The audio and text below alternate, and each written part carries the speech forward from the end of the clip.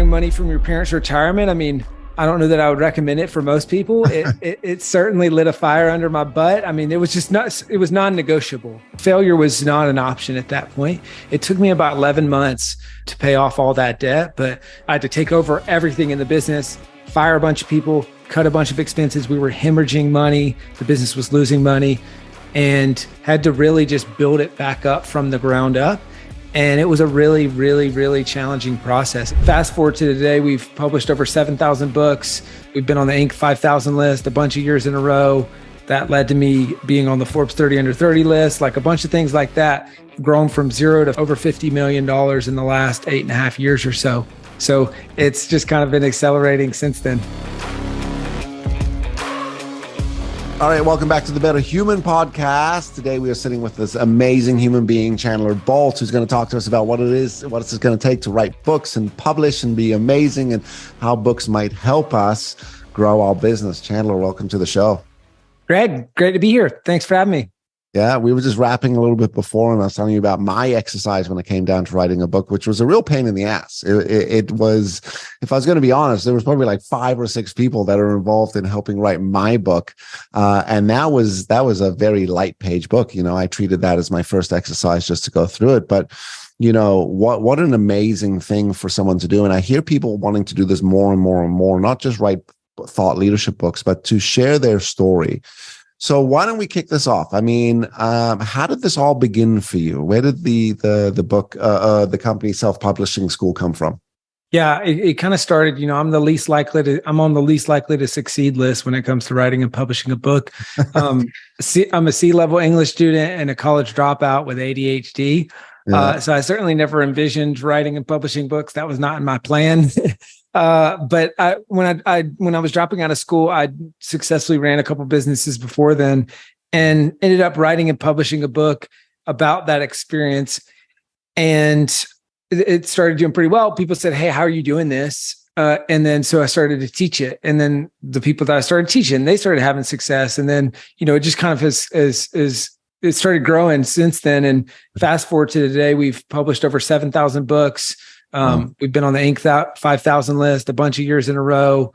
That led to me being on the Forbes 30 under 30 list, like a bunch of things like that, grown from zero to over $50 million in the last 8.5 years or so. So it's just kind of been accelerating since then. Well, that's an amazing story. So I dropped out of school as well. And I'm also ADHD. So I love that story that you just shared. Wow, that's a massive business. 50 million in revenue each year. Not yearly, that's cumulative. We'll do about maybe 12, 13 this year. But 50 million crazy, cumulative revenue over that time period. 12 million in revenue a year for people wanting to self-publish books. Mm-hmm. That's amazing, which is, so I want to talk about the whole publishing book, but let's spend a little bit of time on what it's been like for you to build this business and stuff. So as an entrepreneur, walk me through the story. So how's it been building the business? What have been some of your successes, pitfalls?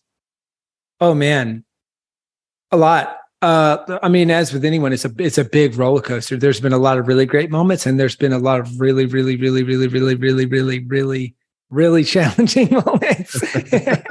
And so, I mean, the low points are, you know, my business partner trying to kick me out of the business, having to go through mediation, going multiple 6 figures in debt, borrowing from my parents' retirement to buy my business partner out of the business.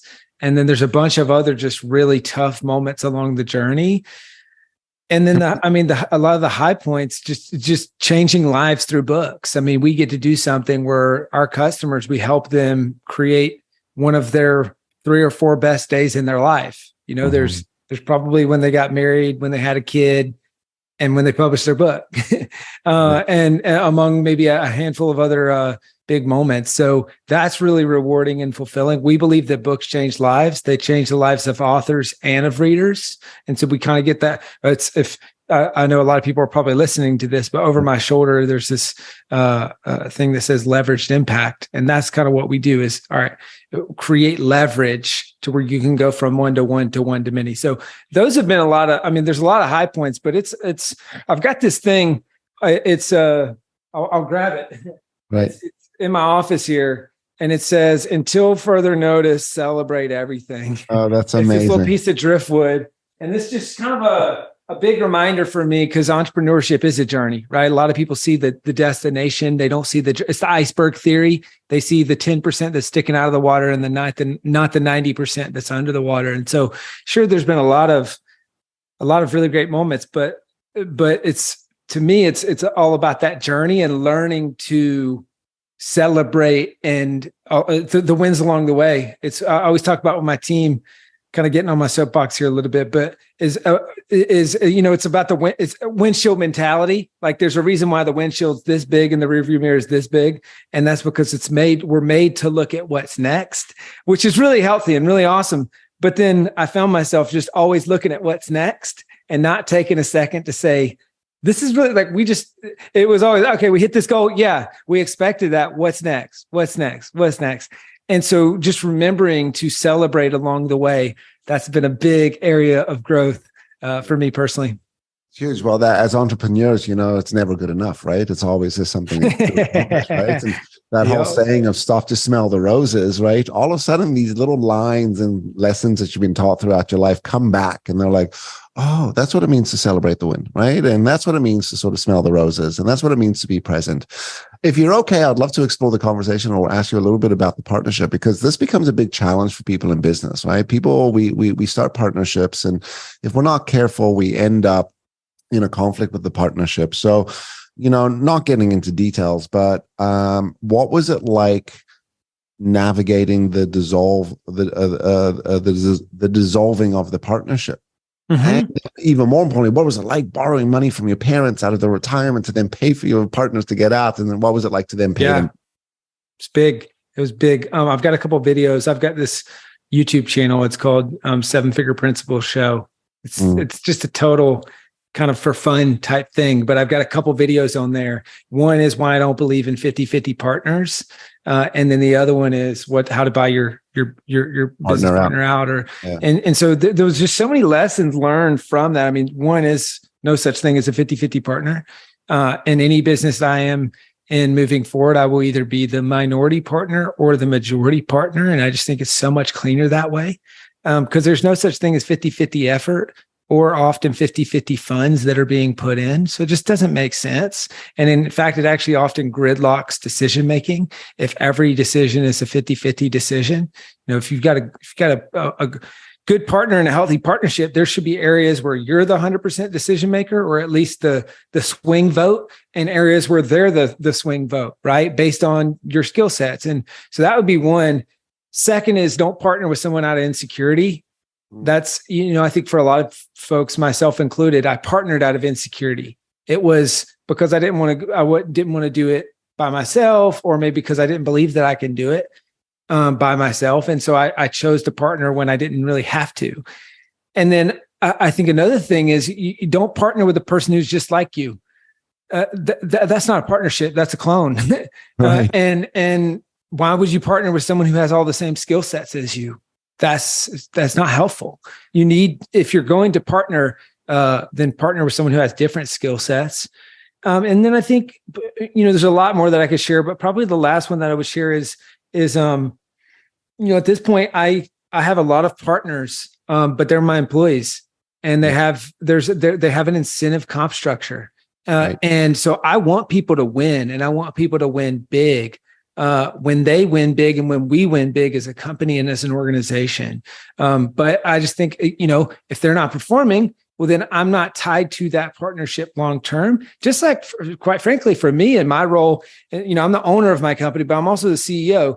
And I tell my team this is like, Chandler, the owner, if at any point if he can find a better CEO that for a similar market wage that can do a better job running the company, it's my job as the owner to fire Chandler, the CEO, and bring in someone new.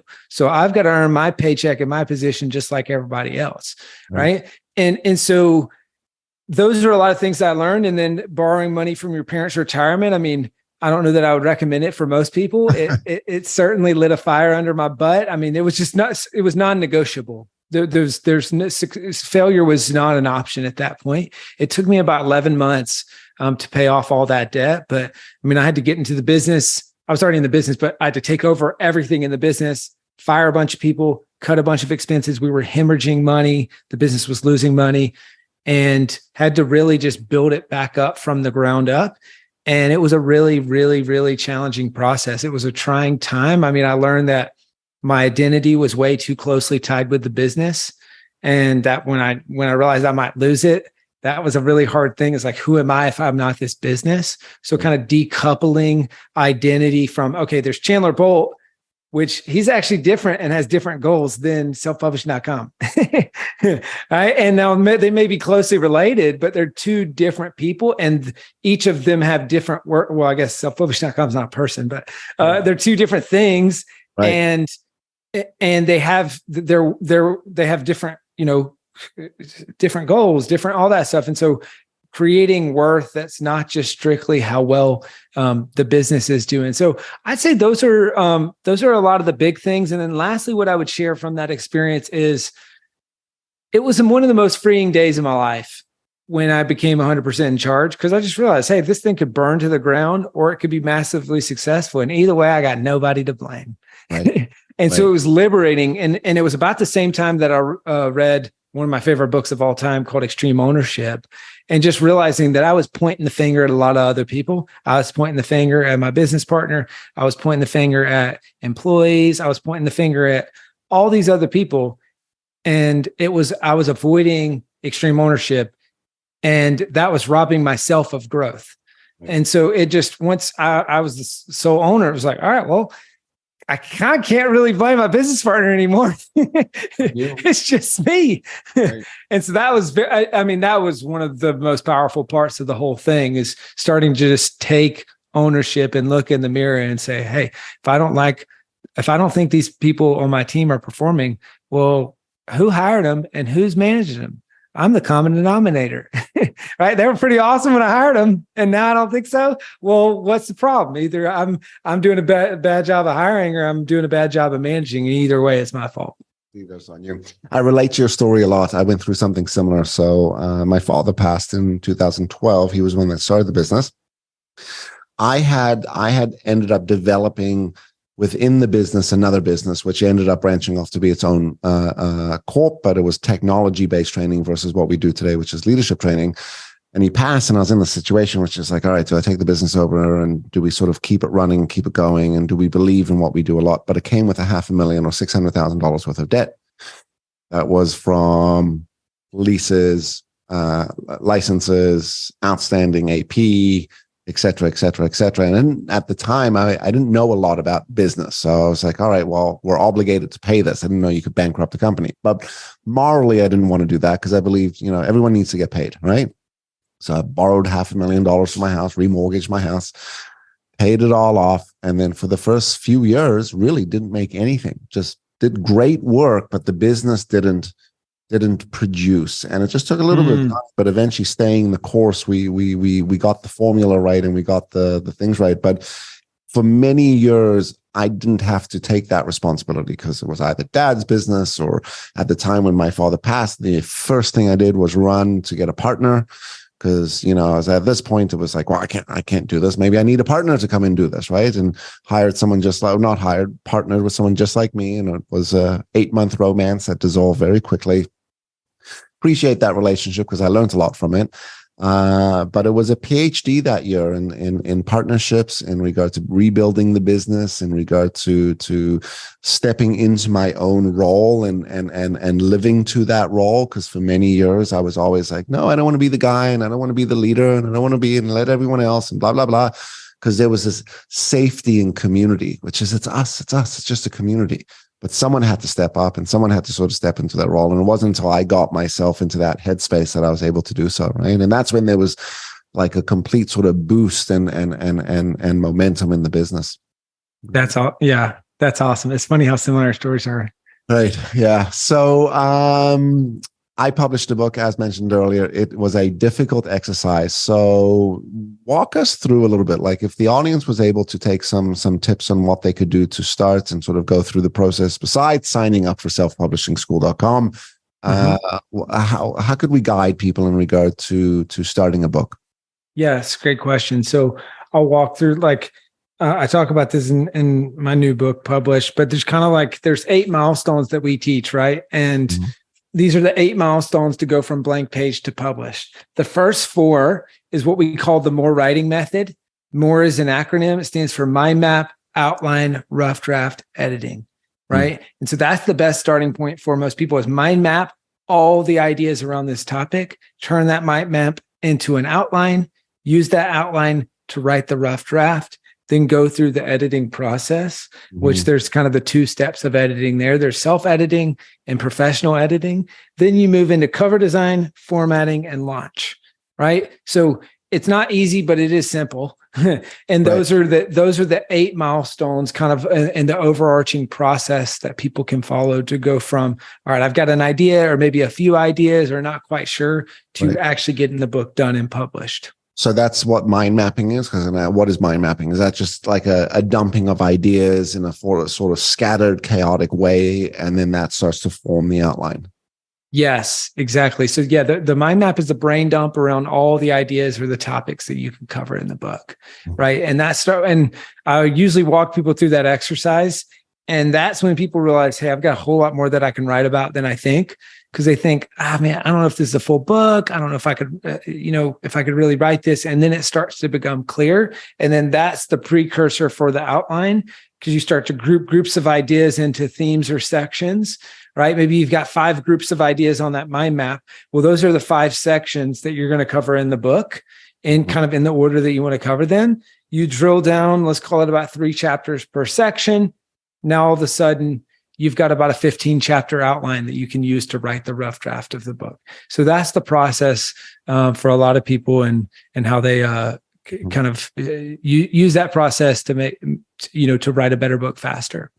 And what makes a good book? I mean, I've got a bunch of ideas on what I want to put into my next book, and typical delay, procrastinate, get there.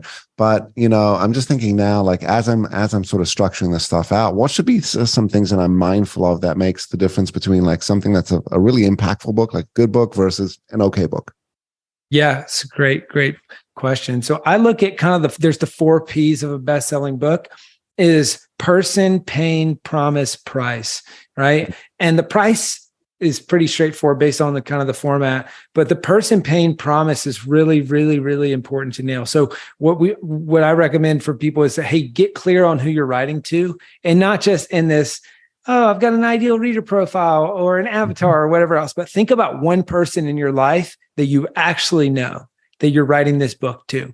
And then while you're writing, because a lot of times people have a question about voice, or, hey, should I be serious? Should I be funny? Should I use this story? Should I not? All those questions will be answered to, let's say, Greg, you're that person. Well, all right, I'm writing this book to Greg. Would I be serious or funny when I'm talking to Greg? Would I tell this story or would I not when I'm talking to Greg? Right. And so all those questions can be answered. So you got a clear person that you're writing this book to. Then the pain, what's the pain that Greg has that he knows that he has?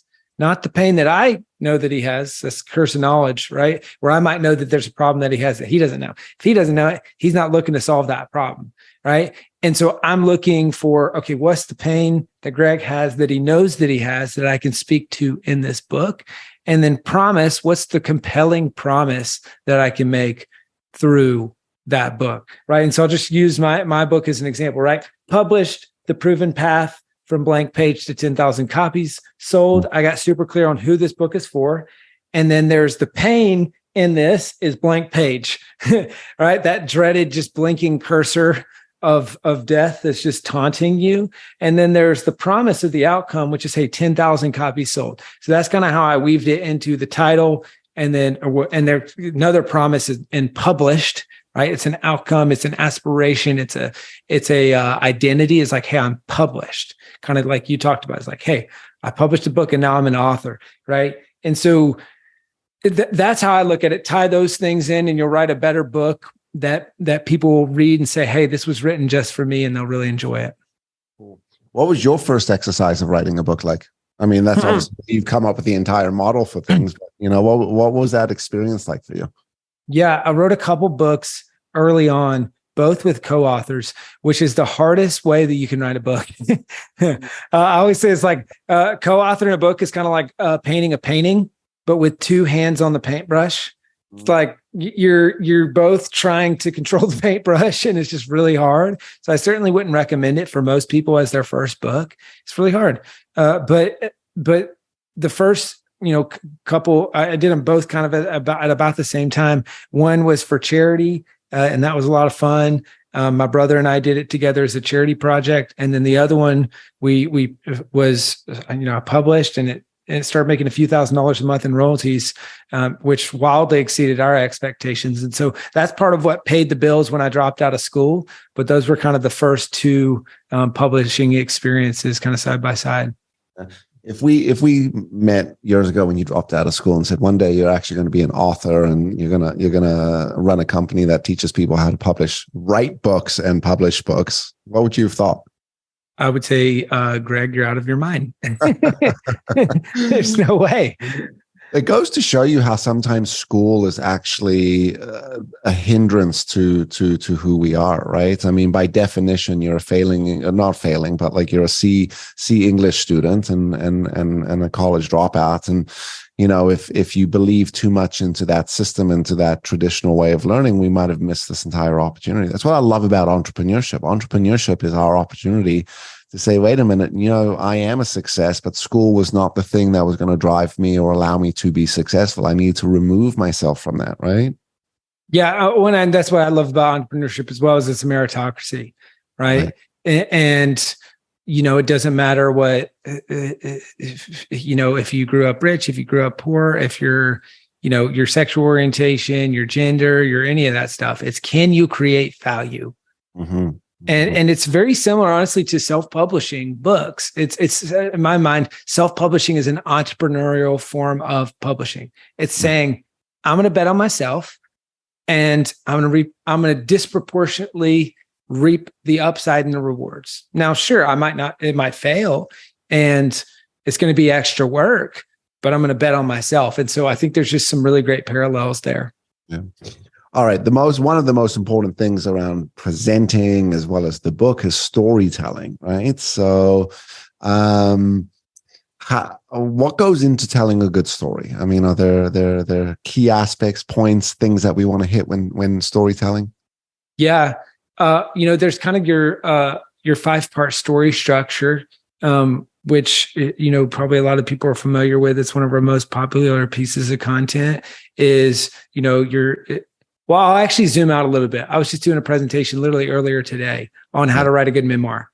A lot of people want to write about their life story. And what I talked about on that training is that writing a memoir is actually more closely resembles fiction than nonfiction. And I love that you asked about storytelling, because that's exactly one of the main differences. Is people think, well, hold up, it's self-help memoir, whatever. It's nonfiction, right? It's stuff that actually happened. Well, fiction is storytelling. And to make a book good and to make it interesting, you need good storytelling.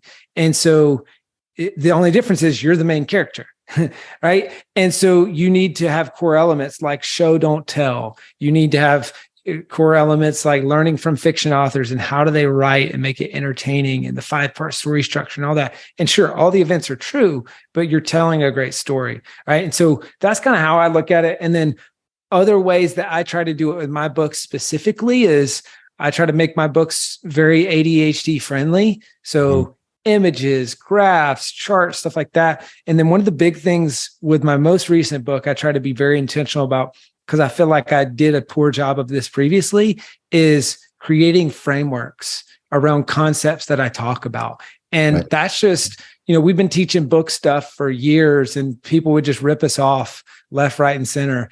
And realizing that, all right, if I create frameworks, like those frameworks, even if they try to rip us off, they're going to be pointing back to us because we created the framework, right? And so things like the more writing method, the 4 Ps of a best-selling book, the launch triangle, like all these different things, I think and that's the beautiful thing as an author is you're forced to crystallize those concepts while doing the book. And so I think frameworks, it's not totally on the nose of what you asked about with storytelling, but I think it can help make the concepts in the book more digestible and more memorable. Well, that's what you were talking about with is it the 5 points, the 5 elements of a storyteller? Yep, exactly. Right? So that's the framework. So what are those five elements? Yeah, so you've got the setup, you've got the inciting incident, you've got the first slap, the second slap, and the climax. And so I'm a bit in over my skis here. We've got somebody on the team who runs the fiction side of the business, and he goes super in depth on this. So nobody knows it like he does, and I certainly don't. But it's that 5-part story structure. You see it in movies, you see it in books. It's the way that we digest stories. It's the way it makes the writing process easier, the outlining process easier, because you think about, all right, we get the setup. Who are these people? What's going on? Where are they? All that stuff. Think about the first 20, 30 minutes of a movie, right? Then you've got some sort of inciting incident. Oh, something happened. What's going on? Then you've got first slap.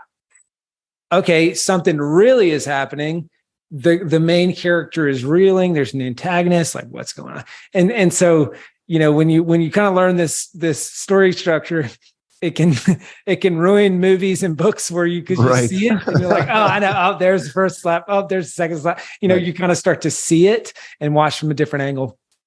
No, I love what you talk about, which is the detail of building up the character and then the incidents and stuff. I learned something a long time ago, which was called the story mountain, which is similar to what you're talking about right now, which is there's an intro, there's the events, there's the peak sort of lesson that you learn, then there's the lessons that we take from it in the outro, right? And I think it's a cool framework, but what it misses is the specifics of what you were just describing, which is like, you got to do this character building, right? And then you got to really be defined by these incidents. And there's so many of these and stuff like that. And you see this in movies and in books and stuff, and the hero's journey and all that stuff. So very cool.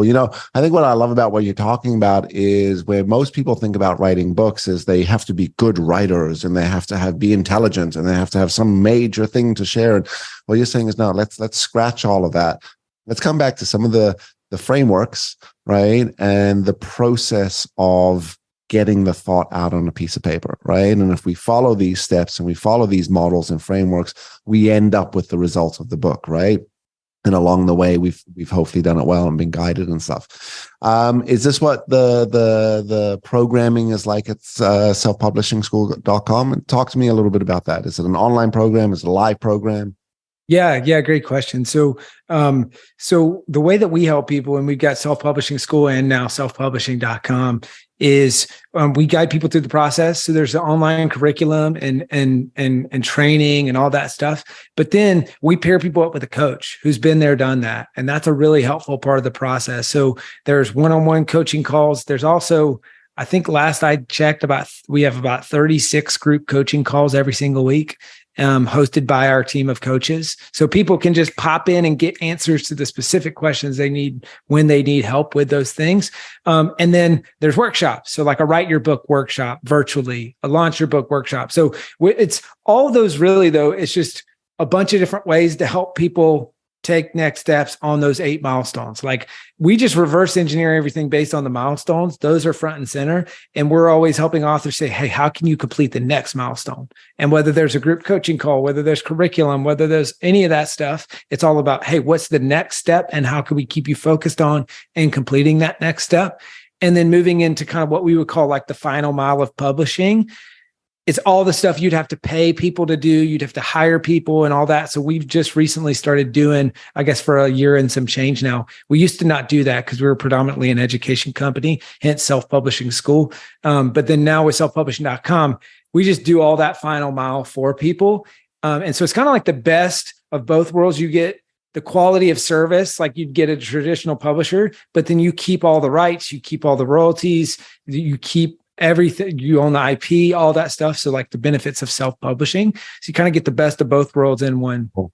So your model is like there's a fee for service, right? And that's where your revenue model comes in. And then the author gets to keep all of their intellectual property and copyrights and all that. That's cool. Yeah, definitely. It's way harder to execute. And there's a reason why not a lot of people do it. They'll either own your book listing or it's part of your royalties or all that. But we just believe that it's a better path for authors, and we want to put the power back in the hands of authors. And so that's what we're doing. Cool. So the ultimate question, or the big question that you probably get asked a lot, which is, and it's a two-part question, which is, and then I want to switch into leadership, which is, how many books do you read a year, and what's in and what's in your current reading list? Oh man, besides your own book. Yeah, right. Books I read a year is probably about 50 or so. Wow. I've toned down just a little bit. I'm doing a lot of audio these days, but I mean, typically 2 to 5 a month. Current read list. Let's see. I got a couple within arm's reach. One is 25 ways to win with people. John Maxwell. So just like a classic little leadership refresher. And I'm also reading, I want to say it's the 15 Commitments of Conscious Leadership. Right now, listening to that one. So that's just the current read list. Cool. So on that note, I tell people this a lot, which is they read 5 pages a day, they'll get through an average of 30 books a year, right? And it's just that I love that. continual digestion. Sometimes it's too big of a task to read a book, right? But then we get into the audiobook, right? How many times are you walking, or you're working out, or you're just sitting in the car, slam that audiobook on. My wife's good at this. She pounds audiobooks, right? And she increases the speed to like 1 and 2. And like, they sound like chipmunks. I'm like, I don't know how you process it. And she's like, no, I got it all, right? So she rocks it. So if you were to give people some starting books, like let's frame this out. So someone's early in their career, they're an entrepreneur, they're building their business, they're having some success. What would be some of the recommended books that you would say these are some must reads that you got to do early in your career? I mean, there's some of the classic ones like Rich Dad, Poor Dad, or 4-Hour Workweek and stuff like that. I mean, I think those are early classic books for entrepreneurship. The Lean Startup, even some, but Creating Your MVP. I think those are some classic books. And then I would say, Extreme Ownership is one of the best ones in my opinion. Also, a buddy of mine, Hal Elrod, wrote a book called The Miracle Morning. Hal's been one of the biggest supporters of us and has sent us more customers than just about anybody. He self-published that book. It sold millions of copies. Miracle Morning, it changed my life, created a morning routine in my life. Those are just a couple of, those are probably a few of the must reads early on. Those are great titles and I think great books to read as well. All right. You have built a business, right? You've gone through your ups and downs, partnership, as you said, that you had to sort of figure out and manage. What do you do now to contribute to your business culture, to your community? You as the leader, you as a CEO, what are some important leadership elements that you think about making sure that you show up with when it comes down to your company? Oh man, that's tough. There's so many. It's funny. That's a lot of the stuff I put on that 7-Figure Principles channel is that kind of stuff. Cause I would just have entrepreneurs and I'd have leaders at my company all asking me about, hey, how do you do offsites? How do you do meeting rhythms? How do you do this? And so it was just recording a lot of that. Cause I kind of like I talked about with books, leveraged impact. That's maybe a key principle is just, for me, it's if I can record the ultimate video that answers that question, then every time I get that question, just point to that video. Well, I've just now bought back a lot of my time, as Dan Martell would say, and I can be way more helpful to a lot more people. And so I think that's what a lot of those videos are about. But creating the great virtual culture, that's what I think we've done well because all of our team is remote. You get about 60 employees at this point. And so just creating that in a way that is life-giving and collaborative and all that stuff. So I think we've done a good job of that. Creating offsites where we're able to come together and just sync as a team and dream and plan and vision cast and all that. There rhythms like our weekly team meetings, our one-on-ones and stuff like that. Those are really, really important. Those are the big things that come to mind. But I think the precursor to all of that was just a commitment to becoming a better leader. I remember just realizing, hey, I'm a good manager, but a horrible leader. And I want to get better at this. I need to get better at this. If you look at anything great that has a big impact, there's a leader, right? And there's great leadership behind that, whether it's a sports team, whether it's a Boy Scout troop, whether it's a church or faith-based organization, whether it's a whatever it is, right? There's leadership. Right. And so just realizing I need to get better at that. And so I like to theme my years. And so that I did that for a year or two specific to leadership. It was like the year of leadership, and then the year of developing others and stuff like that. And so just reading every book I could get my hands on around leadership and just going deep on that theme.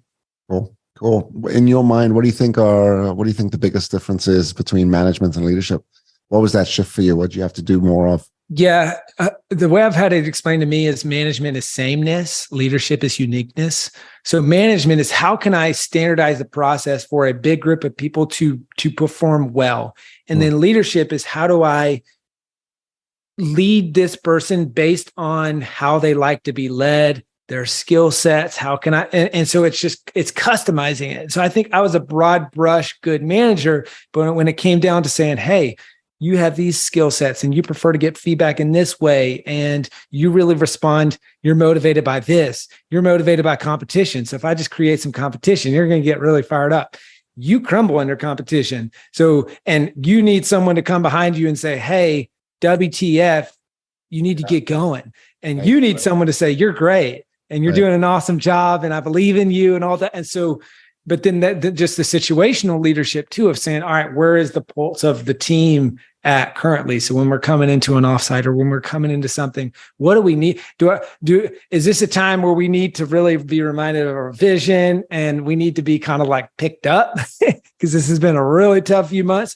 Or is this a time where I need to come in and really challenge people and call people to a higher standard? And so that's in my opinion, the leadership and management. That's the difference. And one book that I read that had a really profound impact, I want to say it was, it was either the Weekly Coaching Conversation or the Coaching Habit. Maybe it was one of those two. But he talked about how as a leader, stop looking at yourself as a leader and actually look at yourself as a coach.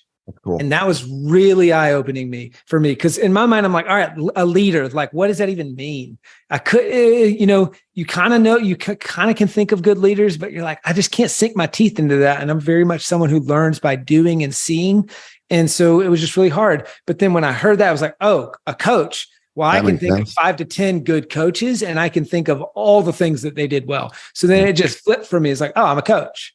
And so I need to, and that's really what good leadership is good coaching and showing up as a coach. And then I felt like, hey, I can tangibly see and feel this. Therefore, I can get better at it and learn and emulate great coaches. I love the way you describe that. I love the definition of uniqueness, right? Being unique to each individual. And you're right. Being a great coach, I talk a lot about is management is great at sort of ensuring task is being completed. Leadership is, building people to be more resourceful and successful in their life. Right? Awesome, man. Time flies. I can't believe we're at the top of the hour again. So just before we come to the last question, which is the Better Human question, talk to us a little bit about how we could get in touch with you. Where can we find you on Twitter, LinkedIn, Instagram? How do people learn more about Chandler Bolt? Yeah. So the only social media I have personally is Facebook. That's a great place to engage. I guess maybe besides LinkedIn, I'm on Facebook and LinkedIn, so you can engage with me there. And then 2 ways that you can plug in and build on what you learned here. First one is my book published. I'd love to give everyone in this audience a free digital copy and audiobook. So all you have to do is go to publishedbook.com/betterHUMAN. So publishedbook.com/betterHUMAN, no strings attached, free audiobook and ebook. So that might be the best place. If you want to grab the book, you can obviously also get it on Amazon. But that's one place. And then secondly, if you want to chat with my team about your book and how we might be able to help, go to selfpublishing.com/apply. So selfpublishing.com/apply. We'd be happy to get on a call with you, talk to you about your book, where you're going with it, how we can help, start to create a plan, all that good stuff.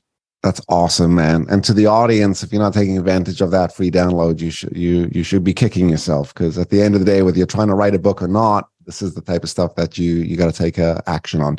So we will make sure all of these links are obviously in the show notes. Thank you. And then on LinkedIn, that's probably why I didn't find you on Instagram, by the way. It's because you're not on Instagram. Yeah. I was like, where is he? Where is he? We can't find him. Anyway, so we got you on LinkedIn. So that's awesome. All right. So at the end of the episode, we come to the most important question, which is the better human question, which is, what do you think we could all do to be better humans tomorrow? Talk with someone you disagree with about their point of view openly and seek to learn, not to respond.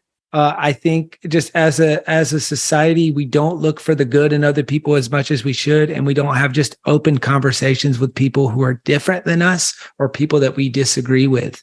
And I think if we did that a lot more, we'd realize that there's probably 60 to 80% that we have in common or that we do agree on. And that's a really great thing. And then we can work through maybe that 20% or that 30%. I think whether it's being human, whether it's politics, whether it's business, there's a lot of just showing up and having conversations, even when they're difficult, and especially when they're difficult. I've just seen that happen time and time again with people on my team, with leadership. We call that like one version of that is what we call a clear the air conversation is, hey, I need to clear the air about something. And just going directly to that person and then leaving that conversation saying, oh, wow, I'm so glad they brought it up. And I'm so glad we had that conversation. And so I think those types of conversations are something we need a lot more of, and that will make us all better. That's amazing. I was just chatting with this guy, Brian Smith. He started or founded UGG Boots. Yeah. Oh, yeah. I've met Brian. Yeah. And I asked him, I said, sort of what's that question? Very similar to you, which was, but to add more context, in the divided world that we live, if we're not careful, we take such polarized positions. Yes. And if we operate with dialogue and we seek to understand, and he used the word love and be open to find commonalities with each other, because you just nailed it, which is we actually might end up 80% agreeing and getting along and being aligned and all that stuff. But it's the 20% that just becomes disruptive. And I love the way you described it. Go and have that conversation, because without it, right? Without that dialogue, without that, hey, can we talk about it? Hey, can we just clear the air? I love that. We don't move, talking will fix a lot of things. We just have to be willing to talk and share, and more importantly, listen. Love that, Chandler. Yeah, I agree. Thanks, Craig. All right. To the audience, if you like today's episode, don't forget to like and subscribe and share. Go and check out selfpublishing.com. Did I get that right? Just want to make sure you did. Selfpublishing.com and selfpublishingschool.com. You could check out Chandler Bolt on LinkedIn and Twitter and Facebook. Although we won't make fun of you for being on Facebook. We're all on it. We'll go from there. All right. To the audience, stay happy, stay healthy. We will see you next week.